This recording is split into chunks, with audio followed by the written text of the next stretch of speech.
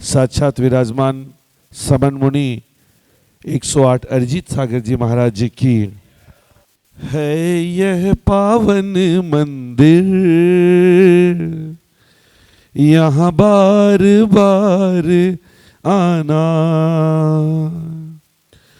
महावीर के चरणों में आकर के झुक जाना। है यह पावन मंदिर, यहाँ बार बार आना। यह मंदिर अतिशय है, हमें प्राणों से प्यारा है। वेदी में पारसना, शिखर पर दीना। है यह पावन मंदिर, यहाँ बार बार आना। महावीर के चरणों में आकर के झुक जाना। गुरुदेव के चरणों में आकर के झुक जाना। मैं गुरुवर से विनम्र निवेदन करता हूँ कि वे अपने मंगल प्रवचन देकर हमें कृतार्थ करें, हमें धन्य करें। ओम नमः सिद्धेभ्यः।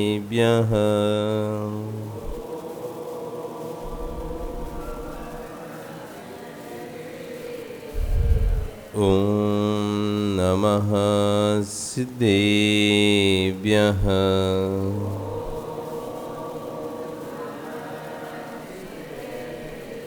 ओम नमः सिद्धेभ्यः।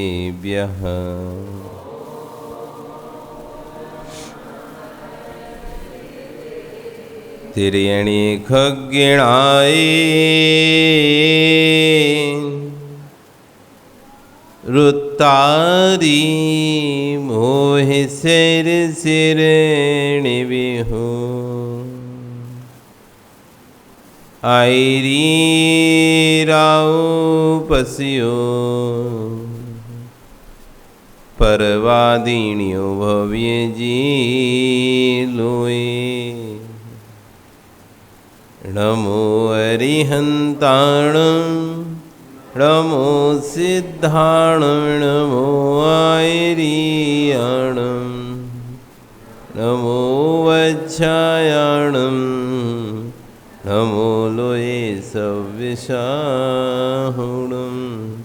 बोले अनंत अनंत से परमेष्टि भगवानी की, आदिरम आदिनाथ भगवानी की, वर्तमान शासने महावीर भगवानी की, आचार्य श्री कुलभद्र स्वामी महाराज जी की, गणाचार्य आचार्य विराग सागर जी महाराज जी की, आचार्य गुरु श्री ईश्वर विश्व सागर जी महाराज जी की, अहिंसा में विश्व धर्म की।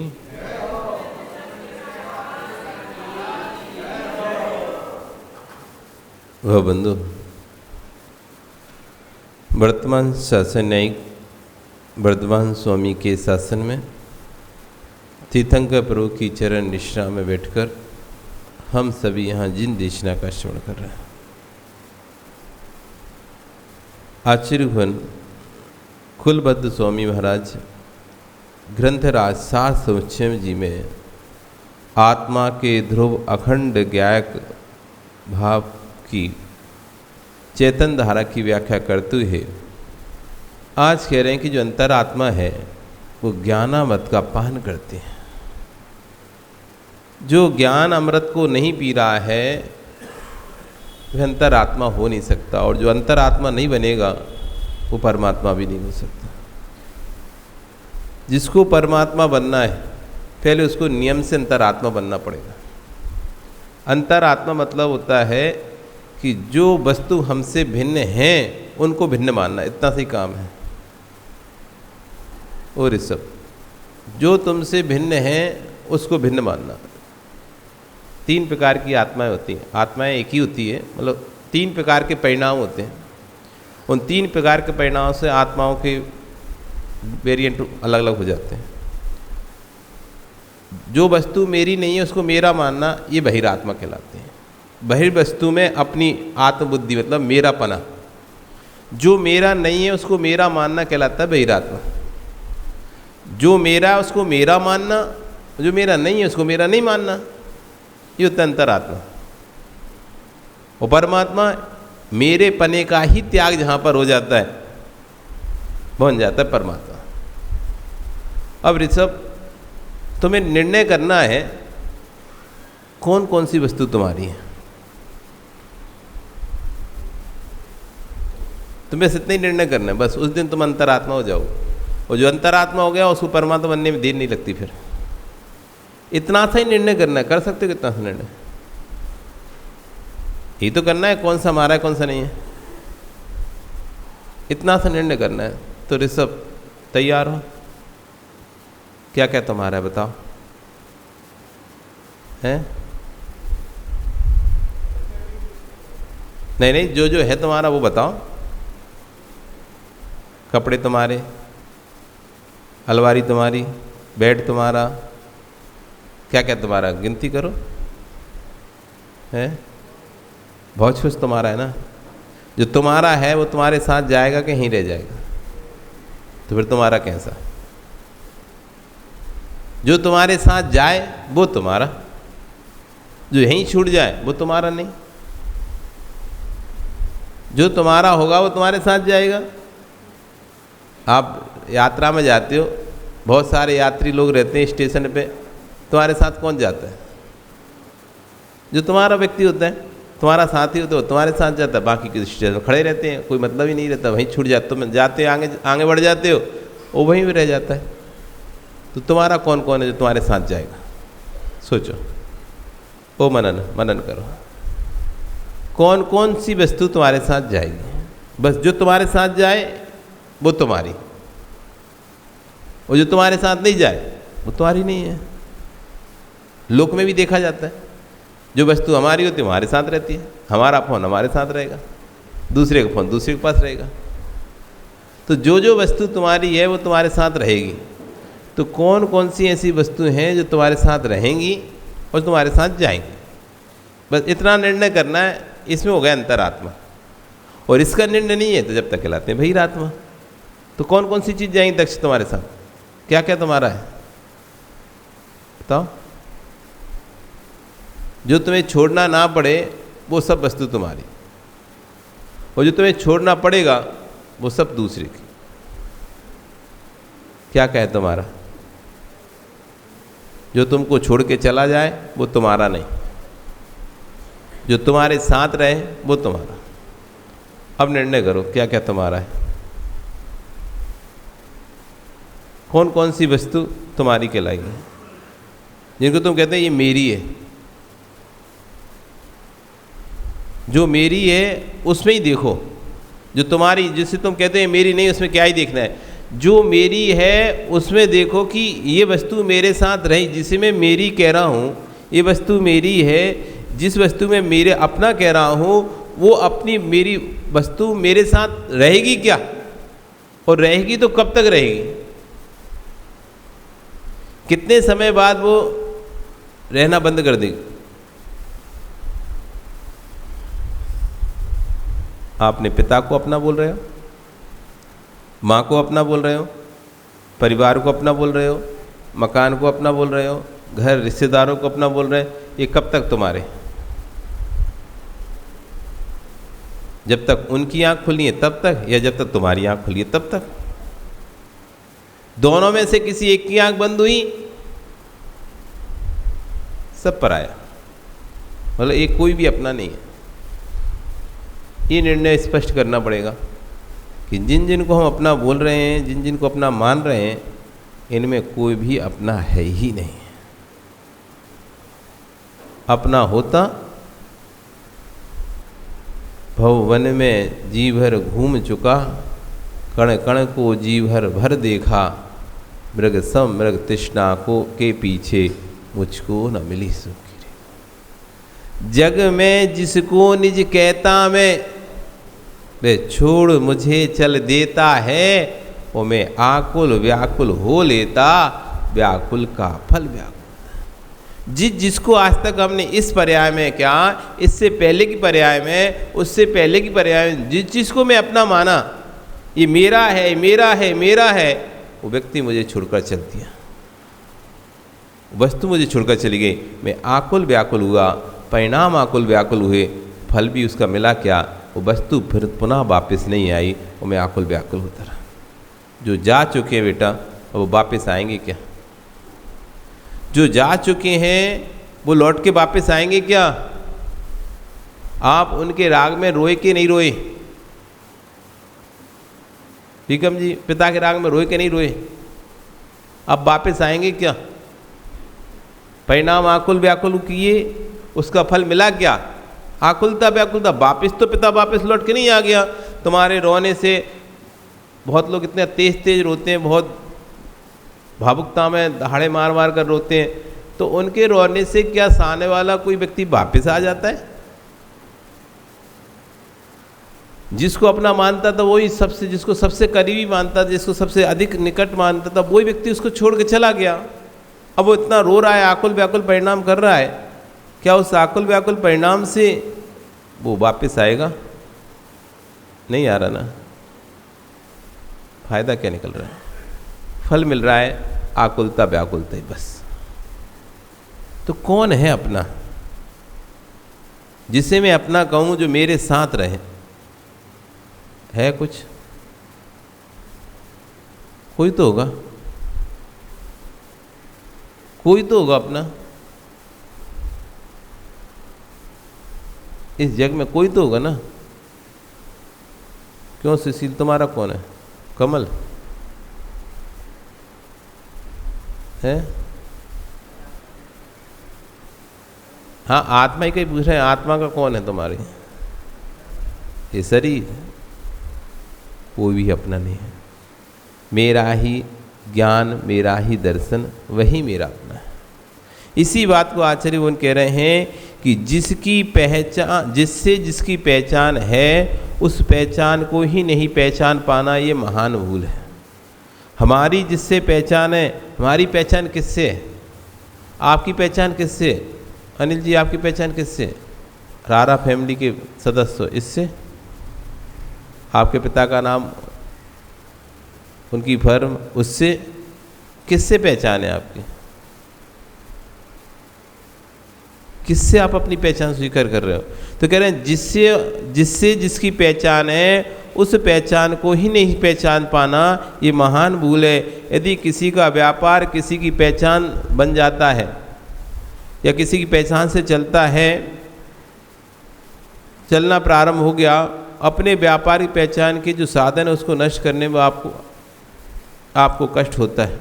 यदि आपकी फर्म का नाम से आपका व्यापार चल रहा है, दादा के नाम से या परदादा की फर्म के नाम से आपका व्यापार चल रहा है, आप अभी भी उस फर्म का नाम चला रहे हैं, जबकि दादा भी चले गए और उनके पिता भी चले गए, पिता भी चले गए, दादा भी चले गए, तब भी आज भी आपके बहुत सारे व्यापार उसी नाम से चल रहे हैं। चल रहे नहीं चल रहे? जो आपके पिता की नाम था, जो आपके पिता के पिता का नाम था, जो फर्म बनी हुई थी, उस फर्म से अभी व्यापार चल रहा है, जबकि दोनों ही नहीं है, ना पिता है ना दादा है, दोनों नहीं, तब भी फर्म से नाम चल रहा है। उसको हटाने में आपको कष्ट होगा। यही तो हमारी पहचान है, हमारी कुटुंब की पहचान। इस फर्म को सब लोग जानते हैं, जिसको सब जानते हैं उसकी पहचान मिटाने में कष्ट होता ही नहीं होता। तो आप उसकी पहचान बना के रखना चाहते हो। तो आश्चर्य की किसी दुकान का नाम, यदि किसी की दुकान आपके नाम से प्रसिद्ध हो रही है तो आप उसे मिटाना पसंद नहीं करते हो, उस फर्म को मिटाना पसंद। लोग कहे दूसरी इसका नाम चेंज कर लें, तो ये इसका नाम चेंज नहीं करेंगे, ये तो फर्म वही रहेगी, दूसरी खोल लो भले, दूसरी खोलना है खोल लो, लेकिन जो फर्म चली आ रही है वो फर्म तो वही रहेगी, क्योंकि इसी से हमारी पहचान है। समाज इसी में जानती है, बाहर के ग्राहक इसी फर्म से पूरा काम चलता है। आत्मभूत अनात्मभूत पहचान को तुम मिटाना पसंद नहीं कर रहे हो। जो तेरी पहचान है ही नहीं, उससे अपनी पहचान बनाए बैठे हो, और जो तेरी पहचान है उससे आपको मिटाने बैठा, उसको आप मिटाने बैठे हो। इससे बड़ी गलतियाँ क्या होगी? जो आपकी पहचान है, आश्चर्य करेंगे, जो आपकी पहचान है उससे तो आप पहचान नहीं पा रहे। उसको आप मिटा रहे हो। जो आपकी पहचान नहीं है उसको आप अपनी पहचान बना रहे हो। गोरा होना तुम्हारी पहचान है क्या? मोटा पतला गोरा लंबा ये तुम्हारी पहचान नहीं है। पानी की पहचान क्या है? नीला पीला हरा सफेद, क्या पानी की पहचान है? शीतलता पानी की पहचान है। हरी नीली पीली लाइट की पहचान नहीं है, उसकी उष्णता उसकी पहचान है। अग्नि की पहचान क्या? पीली अग्नि होती है, नीली अग्नि होती है, हरी अग्नि। क्या है अग्नि की पहचान? हम देखते तो हैं अग्नि कैसे जल रही है, पीले से कलर की जल रही ना, कैसे कलर की होती है? आग की पहचान कैसे पता करोगे? आपको लगता है कि आग इस तरह की होती है, पीले से कलर की आग होती है, ऐसा ये आग की पहचान है। आग तो आप जब अनेक प्रकार का सामान जलाते हो तो आग अनेक प्रकार की निकलती है। हरी भी आग निकलती है, नीली भी आग निकलती है, चिंगारियाँ निकलती हैं, अनेक प्रकार के उसमें रंग निकलते हैं आग में। तो ये उसकी पहचान नहीं है। आग की पहचान तो उष्णता है। पहचान हार को ना कोई ही भूल रहा है। आपकी पहचान क्या, आत्म लक्षण क्या है? मेरा पहचान है ज्ञान दर्शन। ये देह है, मैं गोरा हूँ, मैं सांवला हूँ, मैं काला हूँ, ज्ञान हूँ, ये आपकी पहचान नहीं है, ये आत्मा की पहचान नहीं है। तो शरीर की पहचान है। उस शरीर की पहचान को हमने अपनी आत्मा की पहचान बना लिया। मैं अमुक व्यक्ति का पुत्र हूँ, मैं अमुक व्यक्ति की संतान हूँ, मैं जैन जाति का व्यक्ति हूँ, ये अपनी अपनी पहचान बना ली। ये वास्तव में कोई पहचान नहीं थी। आपकी पहचान तो मात्र ज्ञान दर्शन है। ये नाली का पानी है, ये टंकी का पानी है, ये फिल्टर का पानी है, ये पानी की पहचान नहीं है। ये तो वर्तमान की जो संपर्क था, वर्तमान के संपर्क से उस पानी का वैसा संज्ञा पड़ गई है। नाली में रहा पानी तो नाली का पानी हो गया, गंदगी के साथ रहा तो पानी गंदा पानी कहलाने लगा, स्वच्छ पानी रहा, कुएं में पानी रहा तो कुएं का पानी कहलाने लगा, टंकी में पानी भरा रहा तो टंकी का पानी कहलाने लगा। वर्तमान में जिस संगति में रहा वैसा पानी कहला रहा है। वास्तव में पानी की पहचान नहीं है। सारा पानी मिला दें हम एक साथ, अब पानी की पहचान क्या है? अभी पहचान किससे मिल रही थी? अरे वो टंकी का पानी, वो फिल्टर का पानी, ये फ्रिज का पानी है, ये नीचे का नल का पानी है, ये ऊपर के नल का पानी है। जब तक संगतियां अलग अलग थीं तो पानी की पहचान अलग अलग थी। और हमने सारे टंकी का पानी, फ्रिज का पानी, नल का पानी, ऊपर का पानी, नीचे का पानी सारा एक बाल्टी में रख दिया, सब इकट्ठा कर लिया। अब पानी की कौन सी पहचान है?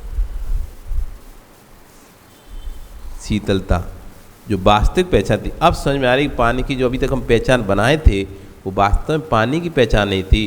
पात्र को देखकर हम पानी को पहचान रहे थे।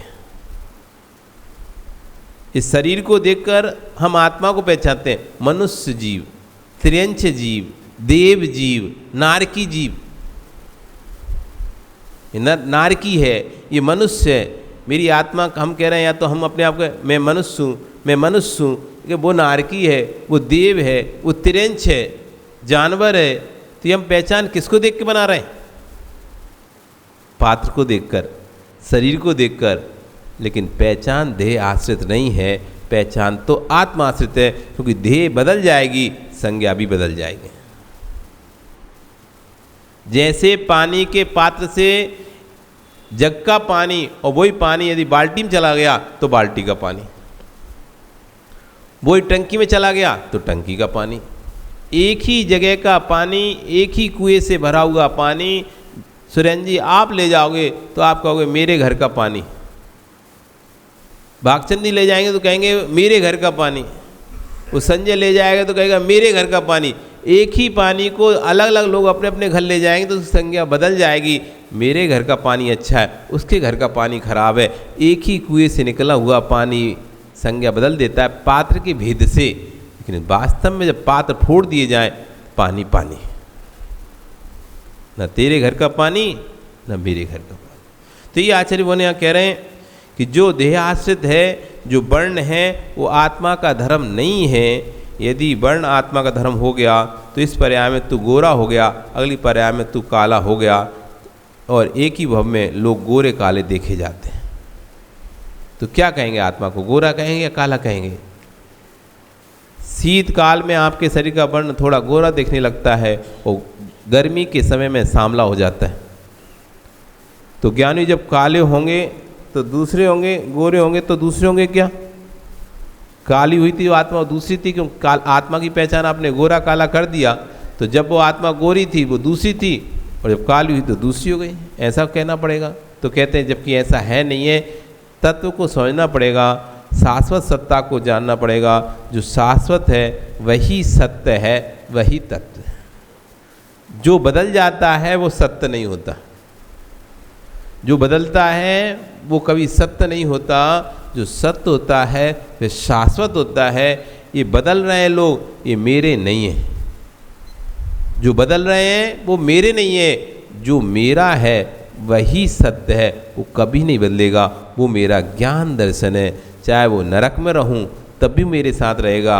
मैं त्रिंज बन जाऊं, निगोदिया में भी चला जाऊं, एक इंद्री बन जाऊं, दो इंद्री बन जाऊं, तीन इंद्री बन जाऊं, चार इंद्री बन जाऊं, देव बन जाऊं, मनुष्य बन जाऊं, हर समय जो मेरे साथ रहेगा वो है मेरा ज्ञान दर्शन। बस यही सत्य है, यही मेरा है, बाकी कोई भी वस्तु मेरी नहीं है। बस इतनी सी बात पर श्रद्धान होना, इसका नाम है सम्यक दर्शन, और इसी का नाम है अंतरात्मा होना। ये तो बहुत स्थूल बात कहते हैं कि कुदेव कुगुरु कुशास्त्र को नहीं मानना, ये सम्यक दर्शन है। देवशास्त्र गुरु को मानना सम्यक दर्शन है। देवशास्त्र गुरु को मानने वाला सम्यक दृष्टि हो, कोई नियत नहीं है, जरूरी नहीं है। क्योंकि देवशास्त्र गुरु को मानना है बाहरी क्रिया है, अंदर तत्व पर सिद्धांत होना कि मेरे ज्ञान दर्शन के अलावा कोई भी वस्तु मेरी नहीं है, ये निर्णय होना, इसका नाम सम्यक दर्शन है। ये निर्णय नहीं हुआ तुम कितने ही भगवान को मानते रहो, कोई फर्क नहीं पड़ने वाला। आप सम्यक दृष्टि कह ही नहीं सकते किसी को। अंतरंग निर्णय जब तक नहीं होगा, बाहरी ड्रेस पहनने से कोई व्यक्ति स्टूडेंट नहीं हो जाता, बाहरी ड्रेस पहनने से कोई आईपीएस ऑफिसर नहीं बन जाता, बाहरी ड्रेस पहन लेने से कोई वकील नहीं बन जाता। बहरूपी आते हैं वो सब प्रकार की ड्रेस पहनते हैं, डॉक्टर की भी ड्रेस पहन के दिखाते हैं आपको, वकील की भी ड्रेस पहनते। आप देखते हैं छोटे छोटे बच्चे, अथवा आप ही जब कोई फैंसी ड्रेस कंपटीशन में जाते हैं तो देखते हैं कि किसी ने आर्मी की ड्रेस पहनी है, तो किसी ने वकील की ड्रेस पहनी है, किसी ने डॉक्टर की ड्रेस पहनी है। कोई 15 अगस्त का कार्यक्रम होता है, कोई फंक्शन होता है, आप खुद ड्रेस पहन लेते हो। यहाँ तक कि देश का प्रधानमंत्री जब सेना के पास जाता है वो सेना की ड्रेस पहन लेता है। देखा कि नहीं देखा? देश का प्रधानमंत्री जब सेना के पास जाता है, उनके कैंप में जाता है, तो क्या करता है? उन्हीं की जैसी पूरी ड्रेस पहन लेता है। तो क्या ड्रेस पहनने से वो सैनिक हो गया क्या? ड्रेस पहनने से नहीं, सैनिक ड्रेस पहनेगा, ये बात सत्य है। जो सैनिक होगा वो ड्रेस पहनेगा, लेकिन ड्रेस पहन लेने से सैनिक नहीं होगा। दोनों में कितना अंतर है? जो सैनिक होंगे वहां पर जवान होंगे, वो ड्रेस पहने मिलेंगे, पक्की बात है, लेकिन ड्रेस पहनने वाला जवान हो ये नियत नहीं है।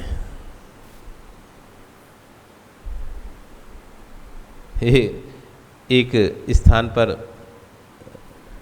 रुके, मेडिकल कॉलेज था, मेडिकल कॉलेज, तो ब्रह्मचारी थे, तो पोस्टमार्टम को देखने के लिए जा रहे थे, तो उन्होंने पूरा किट पहना दिया। तो उसके किट पहनने से वहाँ पे उनके स्टूडेंट भी थे, मेडिकल के जो स्टूडेंट थे, वैसी किट उन्होंने दे दी, तो सब पहन लिए ब्रह्मचारी। तो क्या उनको किट पहनने से मेडिकल के स्टूडेंट हो गए क्या? मेडिकल के भी स्टूडेंट वही किट पहने थे पूरा, जैसे कोरोना में पहनते ना, इस तरह किट पहने थे पूरा, तो वही किट ब्रह्मचारियों ने पहन ली। तो क्या किट पहनने से वो ब्रह्मचारी मेडिकल के स्टूडेंट बन गए क्या? नहीं बने ना। लेकिन जो मेडिकल का स्टूडेंट था वो किट जरूर पहना था। तो यहाँ यही कह रहे हैं कि दर्शन पूजन करने वाले से निर्णय नहीं कर सकते कि सम्यक दृष्टि है। जो दर्शन पूजन कर रहा है वो नियम से सम्यक दृष्टि ऐसा नहीं कह सकते, लेकिन जो सम्यक दृष्टि होगा वो नियम से दर्शन पूजन करेगा। तो जब तक ये निर्णय नहीं होगा, तत्व का वास्तविक सत्य का निर्णय नहीं होगा, तत्व तो शाश्वत है, उस शाश्वत तत्व का निर्णय करना बहुत आवश्यक है। तत्व की अशाश्वतता नहीं है, फिर अशाश्वत शब्द क्यों? तत्व को प्रत्येक शाश्वत है, पुद्गल भी शाश्वत, जीव भी शाश्वत, पर मिश्र धारा अशाश्वत। वस्तु तो शाश्वत है, फिर कहते क्यों कि वो तो नष्ट हो जाएगी?